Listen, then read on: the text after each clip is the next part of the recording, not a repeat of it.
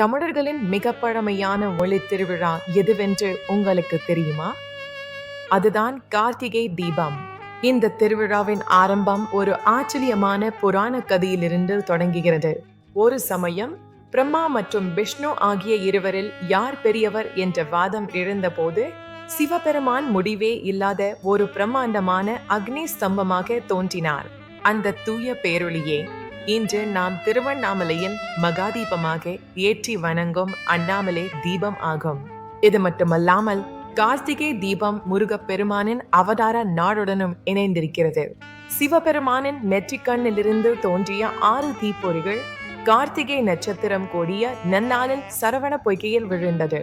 அந்த 6 தீப்பொறிகளை ஒருங்கிணைந்து இன்று நாம் போற்றும் ஆறுமுகனான முருகனாக காட்சியளித்தார். இதனால்தான் கார்த்திகை திருநாளில் வீடுகள் தோறும் விளக்குகள் ஏற்றுவது அந்த தெய்வீக ஒளியின் அருளை நம் வாழ்வில் வரவேற்கும் மங்களகரமான அடையாளமாக பார்க்கப்படுகிறது.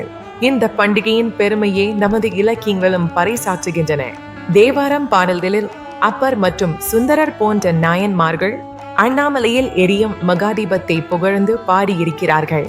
அதேபோல் சங்ககால நூலான அகநானூறும் கூட கார்த்திகை மாதத்தில் விளக்கேற்றும் தொன்மையான வழக்கத்தை அழகுறச் சொல்கிறது.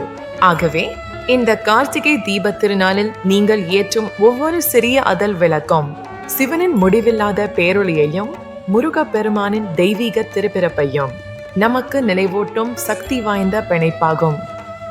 அனைவருக்கும் இனிய கார்த்திகை தீப திருநாள் நல்வாழ்த்துகள்.